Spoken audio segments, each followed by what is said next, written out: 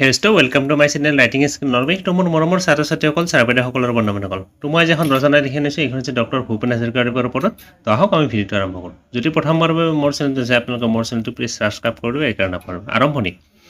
doctor Bhupen হাজৰিকাৰ জন্ম হৈছিল 1926 চনৰ 8 ছেপ্টেম্বৰ তাৰিখে শদিয়াৰ এখন গাঁৱৰ এটা সম্ভ্ৰান্ত পৰিয়ালত তেখেতৰ পিতৃৰ নাম আছিল নীলকান্ত হাজৰিকা আৰু মাতৃৰ নাম আছিল শান্তিপ্ৰিয়া হাজৰিকা নাজিৰাৰ আমলাপট্টিত নীলকান্ত হাজৰিকাৰ আচল ঘৰ আছিল যদিও চাকৰি সূত্ৰে অসমৰ বিভিন্ন ঠাইত ঘূৰি ফুৰিব লগা হৈছিল ভাই ভনী সকলো মিলি তেখেতসকলৰ মুঠ 10টা সন্তান আছিল পৰিয়ালৰ 10টা সন্তানৰ জ্যেষ্ঠ আছিল ভূপেন হাজৰিকা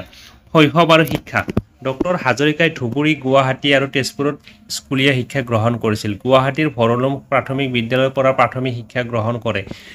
তেজপুৰ চৰকাৰী উচ্চতৰ মাধ্যমিক বিদ্যালয়ৰ পৰা 1940 চনত প্ৰৱেশিকা পৰীক্ষা 1942 চনত কটন মহাবিদ্যালয়ৰ পৰা ইণ্টাৰমিডিয়েট কলা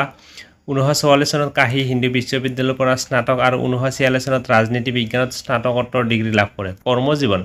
ডক্টৰ হাজৰিকাই কিছুদিন বি বৰুৱা মহাবিদ্যালয়ত অধ্যাপনা কৰিছিল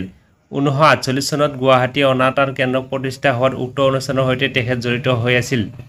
1967 চনৰ পৰা 1972 চনলৈ ডক্টৰ ভূপেন হাজৰিকা অসম বিধানসভাৰ সদস্য আছিল নাওবৈচা সমষ্টিৰ পৰা তেখেত বিধায়ক নিৰ্বাচিত হৈছিল ব্যক্তিগত জীৱন 1950 চনত নিউয়ৰ্কত ডক্টৰ হাজৰিকাই উগাণ্ডাৰ এটা গুজৰাটী পৰিয়ালৰ ছোৱালী প্ৰিয়ম্বৰা পেটেলৰ লগত বিবাহ পাশত আবদ্ধ হয় 1962 চনত তেওঁলোকৰ একমাত্ৰ পুত্ৰ সন্তান তেজ হাজৰিকাৰ জন্ম হয় 1963 চনত তেওঁলোকৰ বিবাহ বিচ্ছেদ হয় সংগীত প্ৰতিভা কৈশোৰ অৱস্থাতে ডক্টৰ হাজৰিকাৰ কুসুম্বৰ পুত্ৰ শ্ৰীশংকৰ গুৰে ধৰিছিল নামেৰে তাল নামেৰে সুৰতে আনন্দত নাচিছিল পবিত্ৰ বৰদোৱা থান মোৰ গুৰু ঐ পবিত্ৰ বৰদোৱা থান গীত ৰচনা কৰি গীতি সাহিত্যৰ নৈ বৈ সংগীত প্ৰতিভাৰ পৰিচয় দিছিল 5 বছৰ বয়সতে কটন কলেজিয়েট হাইস্কুলত গীত গাই ভূপেন হাজৰিকাই সাহিত্যৰথী লক্ষ্মীনাথ বেজবৰুৱাৰ আশীৰ্বাদ লাভ কৰিছিল ডক্টৰ হাজৰিকাই নিজে লিখা আৰু কণ্ঠদান কৰা গীতসমূহ ভূপেন্দ্ৰ সংগীত বোলা হয়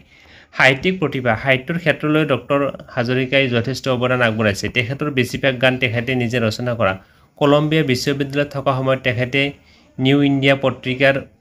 149 আৰু 150 সংখ্যাৰ সম্পাদক আছিল 1965 চনত তেখেতে কলা বিহৰ গতি আলোচনীৰ 4টা খণ্ড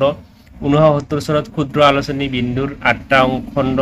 1965 আৰু 1980 চনৰ ভিতৰত মাহেকীয়া আলোচনী আমাৰ প্ৰতিনিধিৰ সম্পাদক আছিল বঁটা আৰু কৃতিত্বৰ কথা লিখি শেষ কৰিব নোৱাৰিব তাৰে ভিতৰত কেইটামান উল্লেখযোগ্য উল্লেখ কৰা হ'ল 1961 চনত ডক্টৰ হাজৰিকাই নিৰ্মাণ কৰা শকুন্তলা ছবিখনে ৰাষ্ট্ৰপতি পদক লাভ কৰে 2001 চনত পদ্মভূষণ বঁটা লাভ কৰে 2009 চনত অসম চৰকাৰৰ পৰা অসম ৰত্ন বঁটা লাভ কৰে 2012 চনত মৰণোত্তৰভাৱে পদ্ম বিভূষণ বঁটা লাভ কৰে 2019 চনত ভাৰত ৰত্ন বঁটা লাভ কৰে মৃত্যু বৃক্কৰ সমস্যা আৰু আনুষংগিক জটিলতাত ভুগি থকা ডক্টৰ হাজৰিকাই 2011 চনৰ 5 নৱেম্বৰৰ দিনা মুম্বাইৰ কোকিলাবেন ধীৰুভাই আম্বানী চিকিৎসালয়ত ইহলীলা সম্বৰণ কৰে মৃত্যুৰ সময়ত তেখেতৰ বয়স আছিল 85 বছৰ সামৰণি এইজনা বিৰল প্ৰতিভাৰ মহাপুৰুষৰ কৰ্মৰাজি অৰ্থাৎ আদৰ্শেৰে আমি আদৰ্শবাদী হোৱা উচিত এই মহান ব্যক্তিগৰাকীয়ে সত্ৰীয়া নৃত্যক ৰাষ্ট্ৰীয় নৃত্যৰ স্বীকৃতি প্ৰদানত মুখ্য ভূমিকা লৈছিল তেখেতৰ জীৱন সংগ্ৰামখিনি যেন এক জীৱন্ত দলিল তো এইখিনি আছিল ভিডিঅ'টো যদি ভিডিঅ'টো ভাল লাগিল আপোনালোকৰ আৰু হেল্পফুল বুলি ভাবিলে তেতিয়াহ'লে আপোনালোকে মোৰ চেনেলটো প্লিজ ছাবস্ক্ৰাইব কৰি ল'ব এইকাৰণে নাপাহৰিব লগতে মোৰ প্লেলিষ্টত থকা ভিডিঅ'বোৰ চাব সেইবোৰ বহু দৰকাৰ ভিডিঅ' দি আছে তো আজিলৈ এৰিছোঁ ধন্যবাদ জয় আই অসম